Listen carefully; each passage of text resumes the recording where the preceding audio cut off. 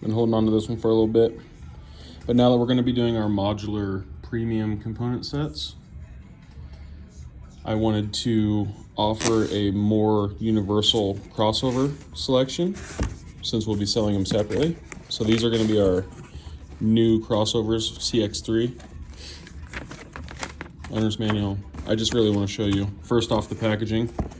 Legs facing in, foam. We're not cutting any corners here. Never run these trying to do it with one hand.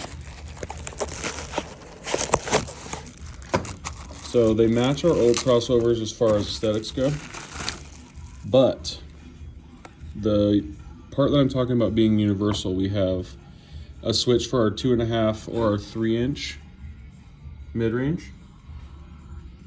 We have a woofer phase. See if you can see it in there. There's your switch for your 6.5, 8, or 6x9. So we have all 3 size options here for your woofer. This is our 6.5-inch version with our tooled basket, push terminals, Neos, all the good stuff. But we have the 8-inch and 6x9 options, so we're changing the frequency output from the crossover with that switch depending on which version of our woofer you choose. And obviously we have the tweeter level. But yeah, so mid-range modification to frequency, woofer modification of frequency, phase for woofer, and the tweeter level. So, and these, we wanted to rate them as well since they're universal. These are 400 watt rated.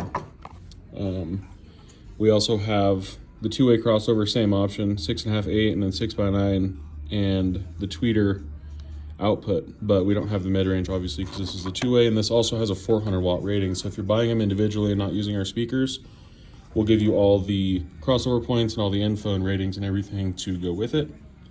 And these will be available on the website on Monday or so, as well as the rest of our modular component sets that you can see.